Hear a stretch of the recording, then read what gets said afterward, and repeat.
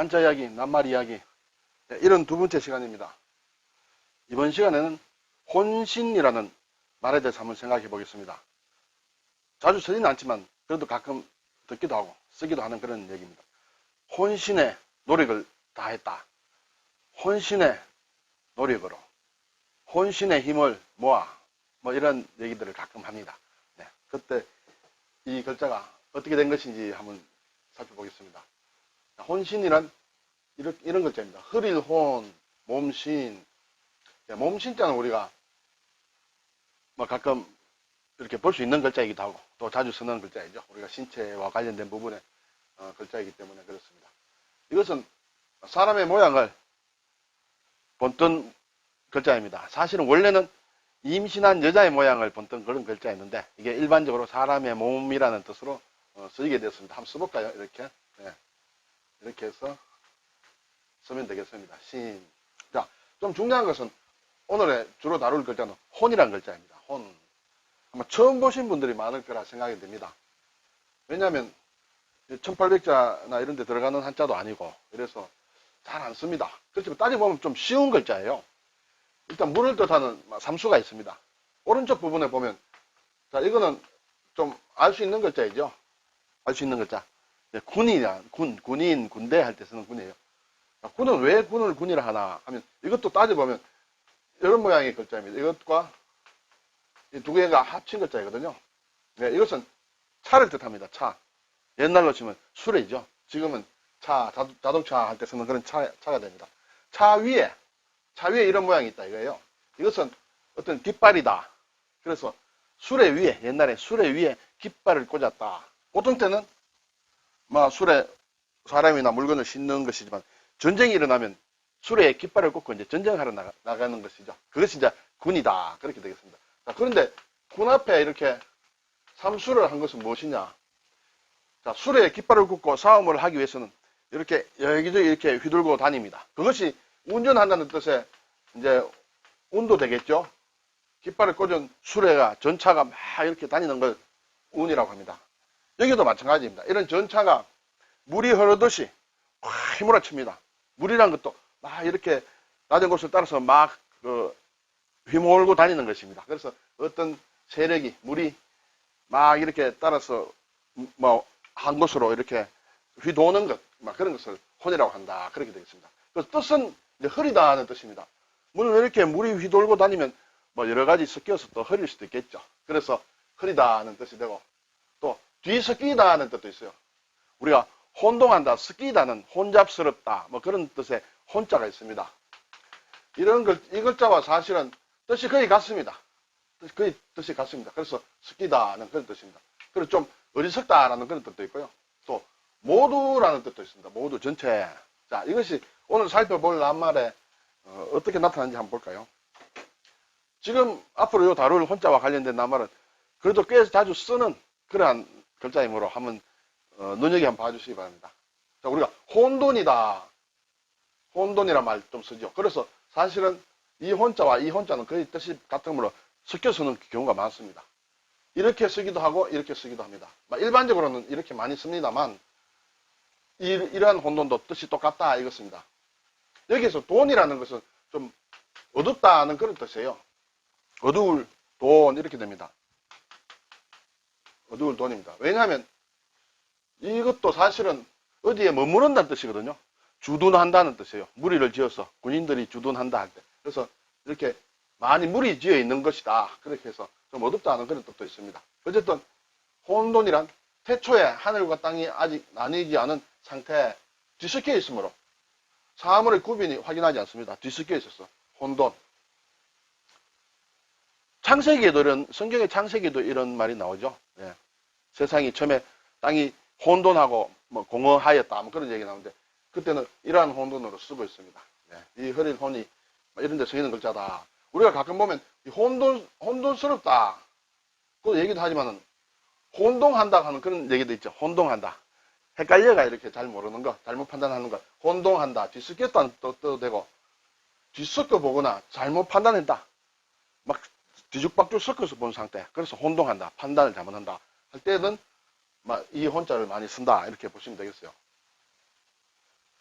자, 그리고 웅혼하다는 그런 얘기도 뭐 가끔 썼습니다만, 앞으로는 이게 좀 점점 안 쓰지 않겠나 그런 생각이 들어요.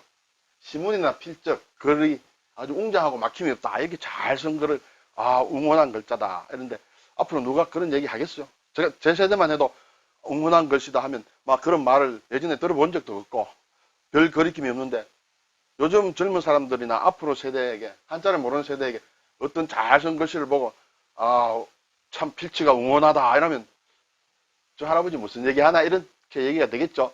앞으로 사라질 운명이 있을지 모르겠습니다. 사진에만 나올 그런 글자인지 모르겠습니다. 근데 이것은 상당히 또 오래 좀 남아있을 것 같아요. 혼연일체. 왜냐면 아직도 한자를 모르는 사람들이 이렇게 혼연일체를 많이 써요. 왜냐면 윗사람들이 자꾸 얘기하니까 그걸 뜻도 모르면서 막 대략 뜻만, 글자는 몰라도 대략 뜻이 이럴 것이다. 이렇게 해서 아직까지 좀 이어져 오고 있는 것이죠. 혼연일체. 여기서 혼연일체 할 때 혼연이라는 것이 이런 것이에요. 조금도 딴 것이 섞이지 않고 고른 모양이다. 자, 여기에서 보면 또 딴 것이 섞이지 않았다 그랬어요. 앞에 글자에서 보면 뒤섞이다는 뜻으로 나왔죠. 혼 자체가. 자, 그래서 여기에서는 딴 것이 섞이지 않는다는 것은 여기에서 혼은 사실 좀 해석하기 나름인데요. 물이 이렇게 막 휘돌듯이 어떤 것이 있어도 전부 그 속에 녹인다는 그런 의미로 또 쓰였다고 볼 수 있습니다. 여기에서는 섞이긴 섞이는데 여기서는 해석은 우리 국어사전은 조금도 딴 것이 섞이지 않았다 했는데 사실은 물줄기가 막 휘돌면 여러 가지가 전부 섞여서 하나가 된다. 그런 뜻도 좀 역설적으로 나올 수 있습니다. 여기서는 그렇게 봐야 될 것 같아요. 그러한 상태, 혼연. 그렇게 해서 일체가 된다. 한 몸이 된다는 얘기죠. 혼연일체는 사상이나 의지, 행동 따위가 조금의 어긋남도 없이 한 덩어리가 되는 일이 혼연일체다. 혼연일체 많이 쓰죠. 대부분 써봤으리라 생각이 됩니다. 또 많이 들었으리라 생각이 됩니다. 그때 쓰는 혼이 이런 혼자다. 몰라도 되지 않을까요? 네, 알면 더 좋겠죠. 아는데 어려움 없습니다. 지금 이제 여기서 봤으니까 이제 알고 있으면 되겠어요. 자, 이건 많이 보셨죠? 10,000원짜리입니다. 10,000원짜리에 이런 그림이 있죠? 자, 뒤에 또 무슨 별자리가 있습니다. 이것도 제가 한자 시간에 한번 설명을 했습니다만, 이제 앞에 있는 거, 이 그림. 이게 무엇이죠? 무엇이라고, 이게 우리나라 조선시대에 만든 과학적인 성과라고 볼 수 있죠. 네. 자, 뭐 이걸 보고 설마 물시계라 자격로라 하지는 않을 것이고, 앙부일구도 아닙니다. 앙부일구도 아니고, 무엇일까요? 네. 이런 것이에요. 혼천이라는 것이죠. 여기서 이 혼자가 나옵니다. 혼천이. 자, 혼천이 할 때 이 혼자를 씁니다. 보겠습니다. 혼천이. 옛날에 천체의 운행과 위치를 관측하던 기계다. 여기에서 결국 이제 혼천이라는 것을 알아야 돼요. 그리고 의라는 것도 알아야 돼요. 의는 여기 의식, 의례할 때 쓰는 거동의거든요. 예의할 때 쓰고, 풍속이나 이런 것을 얘기할 때 쓰는 그런 의입니다. 그런데 여기에서는 어떤 청량기계나 또는 모형이라는 뜻이에요. 모형으로 보시는 게 제일 좋겠네요. 우리가 지구본, 지구 모형을 지구의라고 하죠. 그때 이 글자를 씁니다. 혼천이도 마찬가지입니다.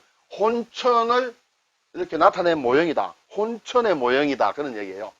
그럼 혼천은 무엇인가? 혼천. 네. 그래서 이제 혼천에 대해서 알아야 됩니다. 혼천설이라는 것이 이 우주의 모양에 대해서 어떤 설명하던 고대 중국의 어떤 전문 사상이라 그럴까? 그렇게 할 수 있습니다. 그래서 하늘이 있고 여기 지구가 있는데 우리가 이 달걀을 생각하시면 달걀 있습니다. 그 안에 노른자가 있습니다. 달걀 속에 노른자가 있고 노른자가 달걀의 껍질 속에 있듯이 이 우주라는 것도 우리 지구, 땅, 그때는 땅이 많이 옛날에는 평평하다고 생각했겠죠. 어쨌든 우리 땅을 둘러싸고 있다. 달걀 껍질처럼. 그렇게 해서 이런 모양인데 이 우주는 계속 돈다는 것이죠. 우주는 계속 돌죠. 그래서 밤하늘의 별자를 보면 알듯이. 그래서 혼천이라는 거죠. 하늘천인데 혼이다. 아까 혼이라는 글자가 어떤 물이 이렇게 막 휘돌아 도는 것이라 그렇게 제가 말씀을 드렸는데 이 하늘이 이렇게 계속 도는 것이죠. 우리 지구를 중심으로 해가지고 이런 달걀 껍질 같은 것, 그 세상 속에서 그러한 모양을 나타낸 것이 물론 별자리도 있을 것이고 뭐 여러 가지 천체가 있을 것입니다. 그것이 돈다 이거죠.